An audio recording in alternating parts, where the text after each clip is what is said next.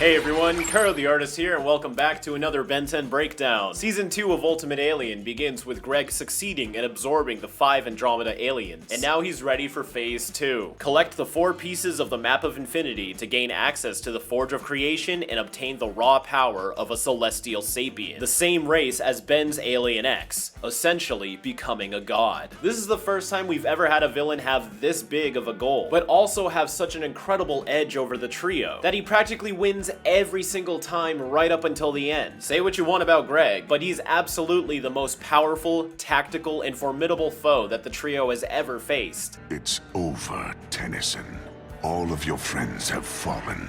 And if he succeeds with his plan, there's no telling what would happen. We're in for a great episode in this video, so let's cut right to the chase. But first, if this is your first breakdown and you're curious about how my rating system works, there's a detailed description down below, along with a link to all my previous videos, but by all means watch this one first, I'm sure you'll still enjoy it. Also, it seems like we're at a point where the announcement of additional reviews on the second channel is old enough for people to have missed it. So to reiterate, make sure you're subscribed to our second channel, The Rust Bucket, down below, so you don't miss out on the full breakdown experience. Also, the breakdown playlists will have both Ink Tank and Rust Bucket videos mixed together for an easy, streamlined binge. Hope that helps clear things up. Now, on to the episode.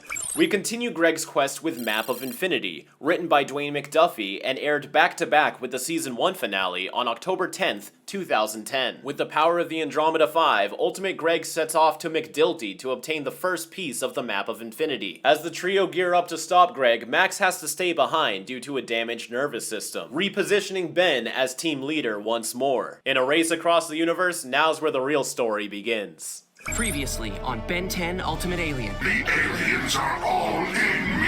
I sort of remember that when they did this recap, there ended up being an error where Agrigor said that line with only his regular voice and not the fused voice. But I guess they corrected that in future episodes? Either that or I'm just making this up. So now we're picking up exactly where the last episode left off. You killed them. I absorbed them. Oh, maybe this is what I was thinking of, because afterwards his voice is back to normal. All their power is mine. You know, I used to not like Ultimate Greg's design, but it is growing on me. I like how by Valvin and Andreas' hands are sort of meshed together. That's a very O.R. Ash thing to do. And how Greg's head and hair is fused with the amphibian texture. But everything else is kind of just slapped on there. But so was Kevin's mutation, I guess. I don't know, with Kevin's mutation it looked more harmonious. Maybe it's all the different colors that was throwing me off earlier. I think I would probably mute some of it just to make it less of an eyesore. Ben just goes straight for it. Love seeing him wreck like this. No words either. He's just relentlessly coming at him. This is a cool POV shot of the truck. And he's not stopping either. Not gonna lie, I'm loving this. And he's still coming. What a powerful punch. There's some great frames in between here. Drags Greg across the ground, slam through some buildings, and he's still coming. Mungo's got some of them long legs here, though. And he picks up a whole house. Only thing that would have made this better is if he started growing, too. But he's probably so pissed he's not even thinking. Throws a whole building at him and crushes building after building after building. So the first 2 buildings were just repeated animation. If you see this little S shape in the smoke, you can see it appear again right here in the second building. But all the buildings look exactly the same, so it doesn't matter. But when he collides with the third building, it's a different type of explosion because now the momentum has ceased. When Humongosaur's breathing, you can see the color fluctuating in and out of his lower abdomen. Right here and such. But yeah, Ben was coming at him pretty viciously. But to try so hard and go through so much to save those 5 aliens, only for Greg to win anyways. Yeah, I can see why Ben's starting to get to his breaking point. Might be seeds planted for the Ultimate Kevin arc as well. He even turns away and doesn't give a fuck. But oh, what's this? Probably not intentional, but this shot is reminiscent of Greg finding Andreas below the rubble. And now it's Humongosaur finding Greg. You want some more? He is ready, man. I feel like there's scenarios where Ben should be this brutal and he's not. But this is at least showing he's capable of this type of brutality and rage. Honestly, though, I don't know how I feel about Gwen stopping him. If anything, she should be using her mana field around Greg and trying to trap him. We later find that he's immune to Gwen's mana, but it seems like she's more concerned about Ben's own morality than letting Greg escape. And, you know, there's pros and cons to that mindset. Oh. Man, I forgot how much I love this scene. We don't get a lot of scenes like this in the show anymore. I didn't feel a thing. Using more of that Imperial electrical attack. That was also the power he'd first tried out earlier. Rad was the only alien that was actually able to measure up to him, so perhaps he's just flexing on the fact he has that power now as well, to show nothing can touch him. I'm as invulnerable as Bivalven's armor. Are we saying that Water Hazard has armor all over him? And if so, wouldn't you think Andreas would be the one who would have, like, the invulnerable armor? Even Pandor. I can't help but feel like they got the names mixed up there. Either that or Water Hazard really is that durable, even though he got fucked on by Grandpa Max last episode. There we go, Gwen. Did you know Galapagos' people can't be harmed by mana? Can't be harmed by mana. You know, I feel like the word choicing there is pretty important because, including myself up until this point, we've all been under the assumption he's immune to mana. But can't be harmed by it is something different. Like, he could probably still be pushed away by it or entrapped in a shield by it. Because there's a difference between pure invulnerability and then just feeling pain because of it. But I guess the invulnerability also comes from this because this isn't really an attack. She's just trapping him in a shield and then it fades away. So I don't know what that's supposed to mean, to be honest. I mean, mana is life energy. If you can't be harmed by life energy, then yeah, he's right, you truly are invulnerable. But then again, shouldn't that make Terraspin one of Ben's strongest aliens? Because there's so many things that are life energy in a way. We just don't think of it like that, because mana is the purest form of life energy. But life energy, you know what, this is just... fucking whatever, Greg. You got this. You're fine. That's Pandor's lasers. It's neat that you see it warm up down here by his neck, but it shoots out of his eyes. That's another thing about his mutation. I feel like Pandor's attributes should have been incorporated more. And I think it would have been better to incorporate his true form more than just the outer cage that he comes with. Gwen! Shoot that man. Look at that. Max's pistol is doing more damage than Gwen. Oh, that can't be good for his back. Alright, we see Kevin run up. His arms aren't covered. So you can see the skin on his hand right here. Still not covered in this shot, but then they're immediately covered in this shot. You can see it right here on his hand, but you hear the sound effect as if he's starting to cover it. But with everything going on, like, you wouldn't be able to tell any of this. When I first saw this whole scene, I was just, like, in there. Great sound effects for Andreas that you can hear here.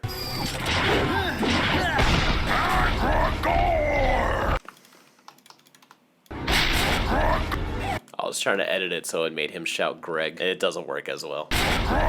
You can kind of hear it. But this becomes a recurring thing in Season 2 where people just angrily call out Agrigor's name.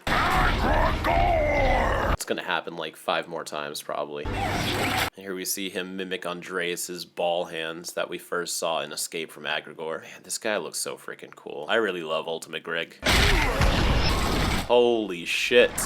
One of his punches sends a shockwave that demolishes all of these buildings. How come we don't get fights like this in Ben 10 too often? Like, we're 3 series in and we're still getting to the Forever Knights stealing smoothie machines and stuff. But not only that, they're actually putting up a challenge to the main trio. Like, the trio's genuinely getting fucked on by the Knights still after all this time, when they're at least able to walk away from battles like this. Like, the Knights should be nothing to them. Same with, like, most of the people they go up against, but we're just gonna sit here and pretend like Fistrix's a formidable foe on Series 4 once we get to Omniverse. I don't know, man. It's just wild to me. Wake up, Ben Tennyson. Dad? I swear Azimuth gets bigger and bigger in size every time he shows up. That is why I am here. Let me see that.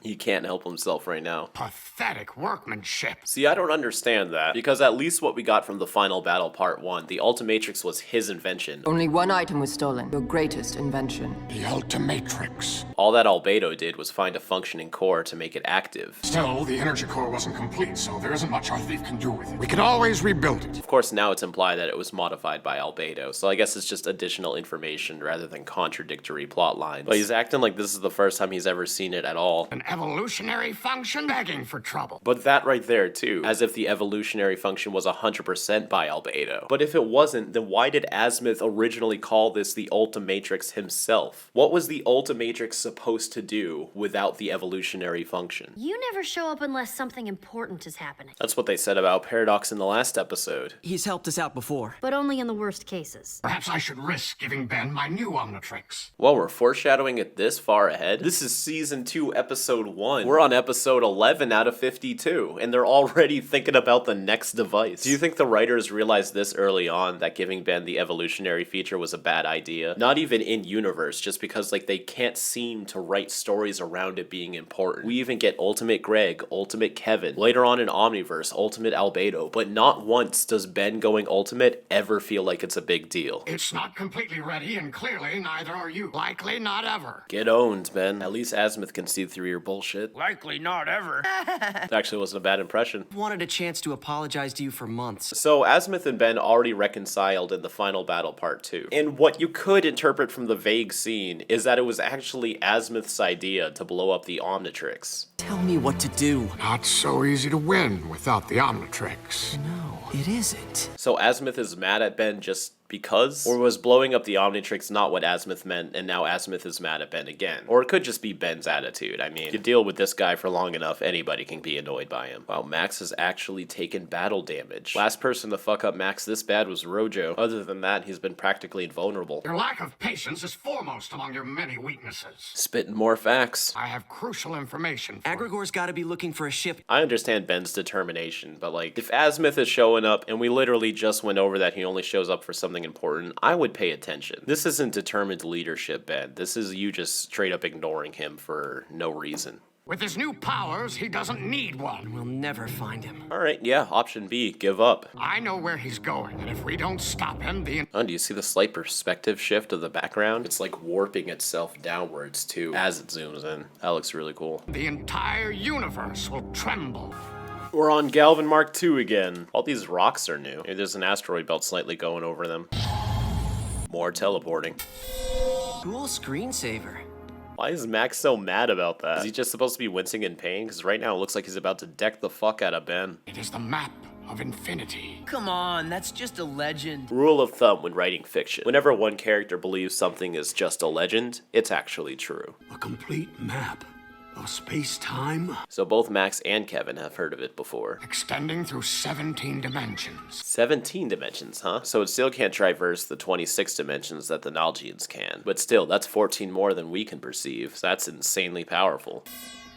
Professor Paradox himself divided it into 4 pieces. This right here is reused from Paradox's debut episode. Well, it's funny that Galvin text still has static when it's turning on an image. Actually, does that mean this image is literal and Azimuth has actual footage of this? And hid them throughout the galaxy. This was Agrigor's plan from the beginning. Got a little extra line on it here. He kidnapped those creatures for the powers that will allow him to survive the quest for the map. So quick little anecdote. We end up only seeing the map be able to traverse through space, not time, even though it can traverse through time. But when looking at some of the old Mikd'lty screenshots, one user asked why didn't Paradox just hide the map in the far future? That way it would be very far out of Greg's reach. Whereas Dwayne says that having it in the future means it's even more likely for it to fall in the wrong hands. And Paradox actually hid it millions of years in the past, which is our present. So if you want to take this statement as canon, the map of infinity is actually from millions of years in the future, and Paradox hiding it in this time period would be the same as if it existed now and we hid it back millions of years ago, in like the Paleozoic era, for example. It's more than just a map, It's not the map, Gwen. It's where he intends to go with it.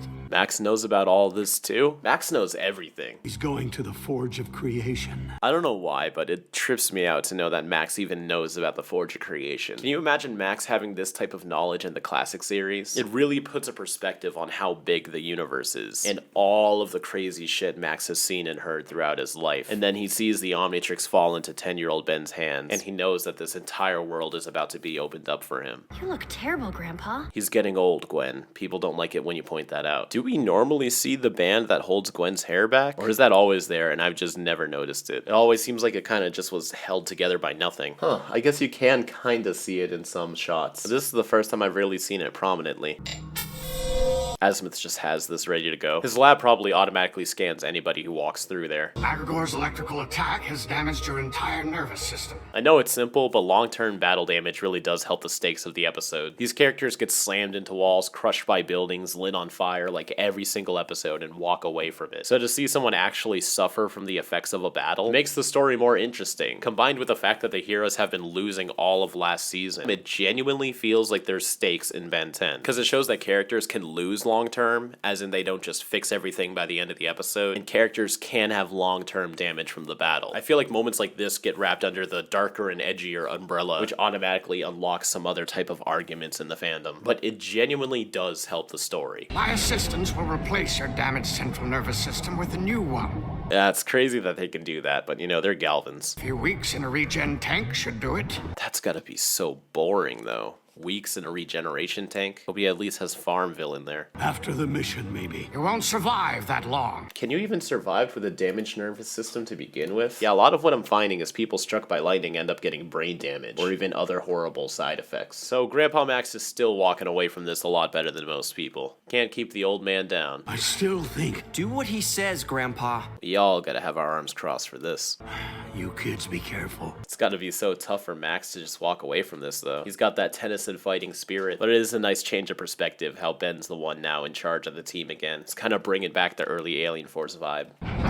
You gain the greatest power in the universe. Which Ben already has, but I guess we're just gonna gloss over that for now. Where's Paradox? He erected a chronal randomization barrier that hides the Forge of Creation from everyone except the Forge's inhabitants. Chrono randomization barrier was first mentioned last episode. I could tell you not to lean against the chronal randomization barrier, but I know you won't pay attention. But I forgot that Paradox literally built the barrier. He created something to protect all of the celestial sapiens. Could they have created that themselves? Maybe. But it still goes to show just how powerful Paradox is, and continues to support my passive theory that Paradox is actually above celestial sapiens. Maybe one day I'll make that video. We only have to stop Agrigor one time out of 4 and he's done. Easier said than done, man. Oh, this is new music. On course to the Moncero system. Moncero. Is that real? Indeed it is. Or it's at least a constellation. Really cool to see the gang in the plumber uniforms as well. Think this is the first time we actually see them wearing them? We've seen them wear the spacesuits in Birds of a Feather, but this is, you know, the official thing. And the Omnitrix didn't automatically go over his clothing this time. Gwen's hair is even down. We don't see that too often anymore. An ancient temple on the planet Mikd'lty. So Mikd'lty is actually a joke about the Mikd'lty, where you would get a special tray where the burger would be on one side and the lettuce and tomato on the other to keep them fresh in their own ways, and then you'd put it together to eat. You get a hot side hot. You get a cool side cool. New McD, LT, and the hot stays and the cool stays. Holy shit, it was only $1.95? Man, take me back to those prices. What year was this? This item was discontinued off the menus in 1998 because its styrofoam packaging was particularly bad for the environment. Oh, I can agree to that. Gotta save the planet, but it would have been nice to try one. The same side of the planet is always facing the sun. The sun side, temperature's 3,600 degrees. On the night side, 320 below zero. Both of those sound horrible and deadly. I guess like the Mikd'lty for the environment. You can also see the Ultimatrix is on the wrong hand when Ben starts putting his hand down. Also, just seeing them put the helmets on physically trips me out because I'm so used to Marvel's bullshit where it's all nanotech. I swear everything in Marvel is nanotech now. It's insane. Spoilers for Love and Thunder, but why is Thor's helmet nanotech? Like, come on. Or it's probably Norse magic or whatever, but just seeing things materialize in and out, it's getting real old. This is a plumber suit. I was just making sure my butt crack wasn't showing. Alright, that's a pretty good joke, but I'm too tired to laugh right now. Welcome to the Twilight Zone. This would be crazy to see in real life. I like how they put little heat ripple textures on top of the fire side. This fire looks like a CG render too. It looks really good though. This planet is inhabited by keepers of an ancient temple they discovered here thousands of years ago. So who built the temples? Looks like you could see the Necrophrygians right here. But the way she phrased it is as if they found it and wanted to protect it, rather than built it themselves. Maybe they added these statues after they found it? That temple. Kinda looks like the Providence building from Generator X. Necrophrygians. I always thought this was super dope too. I love the white color and blue eyes on them. I almost want to say I would prefer Big Chill to look like this, but I feel like the only reason why it looks this cool is because it contrasts how we normally see Big Chill. Let me talk to him. Maybe you should leave the diplomacy to Gwen. Do the plumber suits always have these little wrist couplings on them? No, not normally. So I guess it's a special feature for them. Yeah, Gwen? That's pretty good. This is my cousin Ben. Hey. I love how casual they are about this. And my friend Kevin. Sup? Although Gwen just friend zones Kevin right here. Chill. At least he didn't mistransform. They're all mesmerized. When you turn back to human, you'll still be in your protective suit, right? That's a very interesting flaw of the Ultimatrix, to always put Ben in his default outfit no matter what he's wearing prior. I guess it adds an extra challenge, but I wonder who thought of that. Like, there's no hate towards it, that's just a very interesting thing to add. Also, his Ultimatrix symbol looks white right now, almost like it's Omniverse colored. If it doesn't, you've only got 10 minutes. Oh, come on, Ben has more than 10 minutes. You know, I just checked, there is only 9 minutes left of the episode, so if this episode happens in real time, they could pull that off. But for one, there's no way they get through that temple in 9 minutes. And for two, the time limit has always been inconsistent. Maybe you could say it was 10 minutes in Classic, but from Alien Force forward, it's always just been like whatever the Omnitrix has in its charge. Unless if you turn into something else first. Okay, then yeah, that ruins the real-time theory. You are one of us. I am one of everybody. It's one of my favorite quotes from Ben. Also, Big Chill's eyes keep switching between being primarily light with dark accents and dark with light accents. But I feel like that happens all the time. That isn't exclusive to this episode. Grab one of the artifacts. So Jeff Bennett, John DiMaggio, and Yuri Lowenthal all get a chance to voice different Necrophrygians in this episode instead of just making them all D. And knowing that, this guy right here, Grab one of the artifacts. that sounds like Jeff Bennett using his Ghost Freak voice. Ghost Freak was one of the Omnitrix originals. I've controlled him before. Grab one of the artifacts.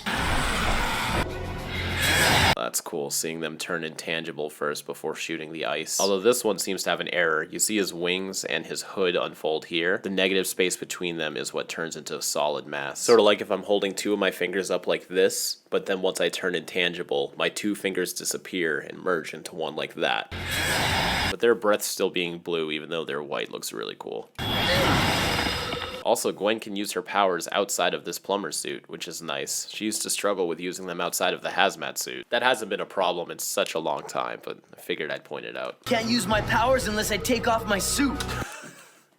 Except I guess Kevin now has that issue. Should have brought some weapons, man. Is there nothing on the Rust Bucket 3 that you could have brought out? Like a rifle or something, or at least a pistol? Slingshot, bow and arrow, a couple rocks lying around? What are those? Is a Big Chill shooting out ice spikes? It happens off screen and you don't see whoever's doing that. But if so, that's a new power for Big Chill. Hey, no fair. Although with them grabbing him like this, if he turns solid, would they phase right through him and therefore you're good? But they're still intangible right now. They shouldn't be making an impact in the ground like this. Somnus! That's a neat power, but if she could just instantly knock someone out like that, man, where the fuck is that like half the time that they're in trouble? Instantly knocking someone out is like too much of an advantage for it to not be a factor in future battles. Yes! My favorite ultimate has finally arrived, and he doesn't even get a transformation scene. But watch the colors of his fingers when he starts to grab the discs, they turn blue. Okay, there we go. We see an on-screen example of them doing that. Shooting an ice crystal right out of his mouth. That's new. He put that inside of him.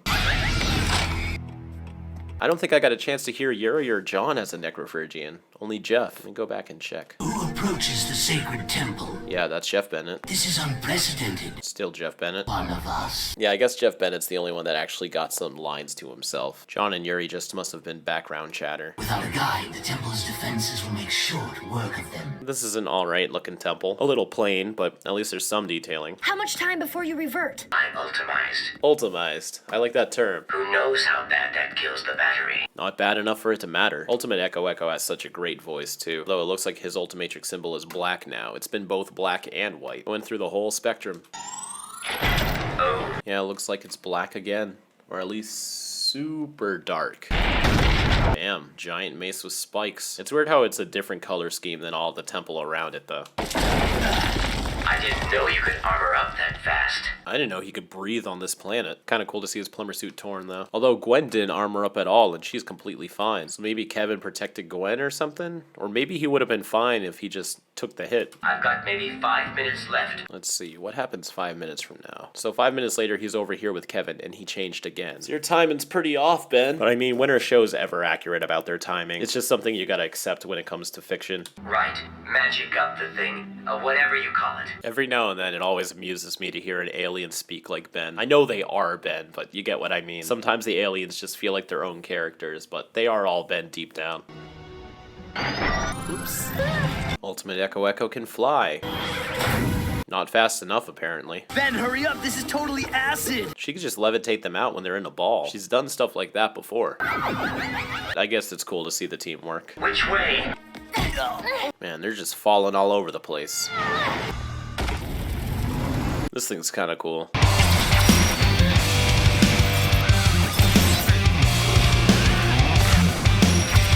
See, look at them effortlessly take this thing on. This is what I mean by they just shouldn't be dealing with C-grade villains anymore. The map is that way. They did that in like less than 30 seconds. Oh, these patterns are neat.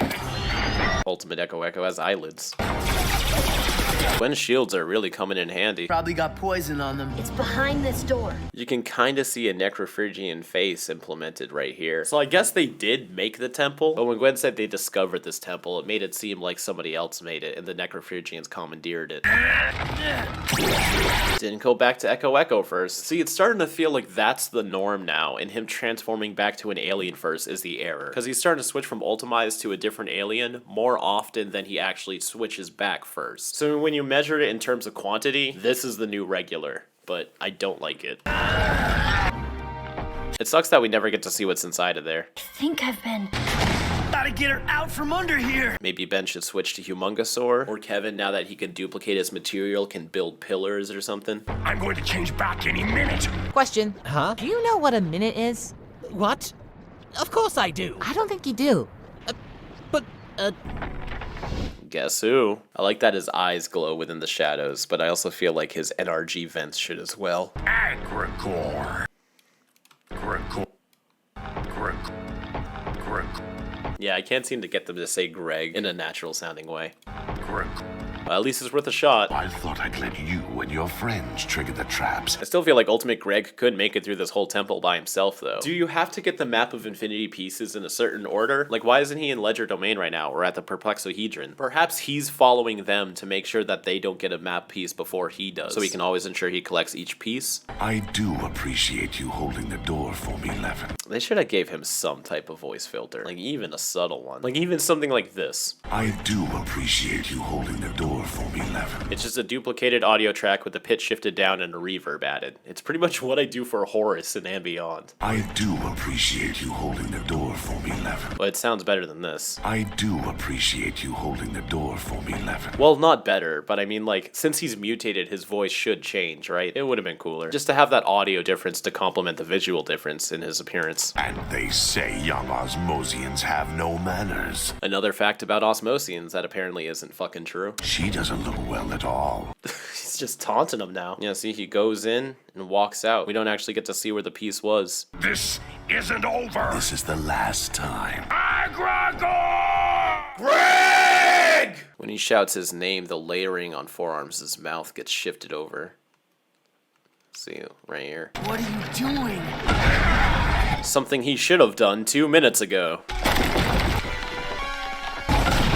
You know, I can't imagine that this is how this door is supposed to work. I feel like there's some type of hidden switch somewhere that automatically lifts the door, and these guys just forced it open. I get that they were on a time limit, but if they found that switch, it probably would have helped. Either that, or this was made so that only Necrophrygians can phase right through. If only Ben had access to a Necrophrygian form. How do we get past the darts?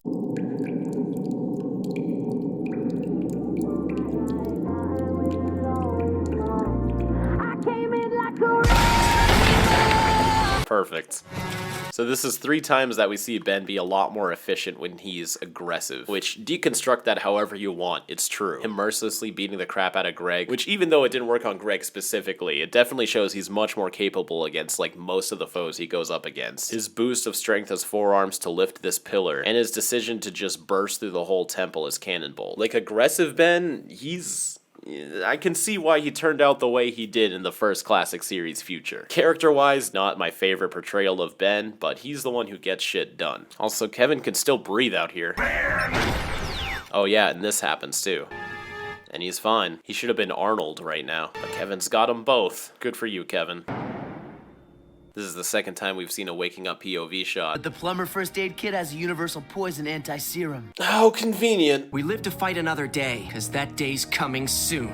Now that we're 2 seasons into Ultimate Alien, it's about time we get a freaking banger like this one. I genuinely feel like this episode deserves a 5 in a plot. First of all, the pacing is fantastic. So much happens in this episode, but it doesn't feel overwhelming. It doesn't feel like we're rushing through anything. And we get a lot of great action, great additions to the lore, and it sets up for the main arc of season 2 going forward. The biggest issue I have is the very ending, where it seems like there was numerous things they could have done to prevent Greg from getting the piece of the map, but at this point that's just the nature of Ben 10. And under the circumstances of the pressure of the Ultimatrix timing out, Kevin and Ben fearing for Gwen's life, and Gwen being passed out from the poison, I can understand that this could have been a character error rather than just a straight up plot hole. When taking in the circumstance of the scene, situations like this is more about whether the character or not makes the right choice rather than the story completely breaking itself. Although some character things can be a plot hole, like when Ben discovers the cure for the DNA aliens and decides not to use it for like 2 seasons later. That could pretty much be considered a plot hole because it's so significant. I wish we got a little bit more of Ultimate Greg. I'd love to see him show off his new powers, but we're saving that for throughout the rest of the season. But the whole idea of the map of infinity expands the Ben 10 universe even greater. We've been seeing things on a galactic scale, but now we're on a straight up universal scale. It's sad to see that Max has to sit this one out, but again, I also like when characters have long-lasting repercussions to the battles because it just makes sense. You can only see someone take a concrete brick to the face for so long before you stop caring about the action. But little moments like this does raise the stakes. And the planet of Mikd'lty was really cool. As y'all have seen from my previous breakdowns, I'm really not a fan of the temple stories. We've already gotten 2, and now we're on our 3rd, and we're gonna get 1 more in Omniverse. But this one I didn't mind as much because it didn't consume the entire episode, and they made it more about the story that's happening rather than the actual temple, which I feel like they were trying to do in trade-off, but the temple stuff all felt like filler, where at least here, we got some comedic dialogue with the characters, got to show off some new powers for Ultimate Echo Echo, and the aesthetics of the temple were different enough from the temples we've seen beforehand to set itself apart. Character-wise, we'll also get a 5. The characters were written very well in this episode, and although we were seeping back into Ben's arrogance a little bit with Azimuth, it doesn't ruin the episode, and I guess it is true to Ben's character. It's just frustrating to see him act like that, but at this point, that's just who he is, so it's not as inconsistent as you'd think. It's only when he really pushes the boundaries of flip-flopping, like in Duped, or in Simple, where it's like he's not even the same character anymore. Ultimate Greg, I'm really liking his intimidating presence. He still lacks the amount of development that I'd like for a villain, but it feels like we're just getting his development a lot slower than most. And although it's still hard to care about him like we do with the main trio, he at least doesn't feel as one-dimensional as most of the other villains in Ben 10. It feels like the culture of Osmos 5 is really what's pushing him to become the person he is, rather than just black and white power hungriness, and it's just a shame we never get to truly explore that culture. But Kevin, as always, is great in this episode. Gwen's in line with herself too, and I liked seeing that Max was still willing to fight despite his nerve damage, because that's the Tennyson way. But visuals, I'm gonna keep throwing out these 5s. Lot of great action, lot of great animation, lot of great locations. We got to see Ultimate Echo Echo. That fight between Ultimate Greg and Humungosaur was epic. The White Necrophrygians was awesome, and I just liked seeing the trio so easily smacked down that double-headed dragon in the temple. I love seeing the trio's experience shine through battle, rather than being taken down by a welding torch or being tied up by a bunch of red and blue guys. Like after 3 series, these are the type of scenarios that the trio should be in, and I'm glad we're finally getting these scenarios. And seeing the trio in actual plumber suits was a nice way to show that they're taking this mission more seriously, as if now they're officially part of the law and defending the universe. Importance is a 5, sets up season 2, Map of Infinity. You just need to see this one. And entertaining, let's finish it off with that 5 combo. Like I said earlier, so much happens in this episode that it keeps you on your toes. You're either getting some crazy new lore, a comedic scene, or some awesome action, and it never feels like the pacing slows down. So that being said, Map of Infinity is the first Ultimate Alien episode to score a perfect 25 out of 25. So I only have one final thought today, and it's kind of just an idea I've had. Because I've been relentless showing my disappointment that going Ultimate kinda has nothing to do with the show, despite it being called Ultimate Alien, I feel like with Ben encountering the White Necrophrygians, it would have been the perfect time to make going Ultimate significant, and have Ben go Ultimate Big Chill in front of them. It'd be the first time it actually feels like a big deal, and there's a lot that you can do with that concept. Maybe them being religious and all, they respect him as a deity, and going Ultimate in front of them encourages them to give them the piece of the map out of their own free will. But then Greg attacks, and all of the Necros of the temple have to fight with Ultimate Big Chill in order to defend the piece. Doesn't have to be that idea. Like I said, there could be so many different things you could do with that concept. I just feel like Ben going ultimate big chill in front of all the regular big chills was just right there, and it didn't happen. But we did get Ultimate Echo Echo, who's my favorite ultimate, so I'm not really complaining. And now on to last week's poll. Over half of the votes exclusively went to Osmosian lore. While this shows that Ultimate Alien has made a larger impact than one might expect in the modern fandom discussion, it also shows how disappointing the Omniverse retcons about this series is, as at least with this community, a lot of people were satisfied with this direction for Osmosians, and to have it all taken away probably wasn't the best decision in their eyes. And while I agree, I still think Cervantes is a pretty dope villain, so what are you gonna do? For this poll, you might have seen this coming. Which Map of Infinity episode was your favorite? Let me know in the community tab when this video goes live. I hope you have a fantastic rest of your weekend. And as always, keep it fizzy. The beat stays hot, the cool stays crisp. Put it together, you can't resist. The hottest taste, the coolest dish. Keep it hot, hot, keep it cool, cool. Mikd'lty, Mikd'lty, hot, Mikd'lty, cool, Crystalty, Mikd'lty. It's a good time, hot, Mikd'lty, for the great taste, cool, Crystalty of McDonald's.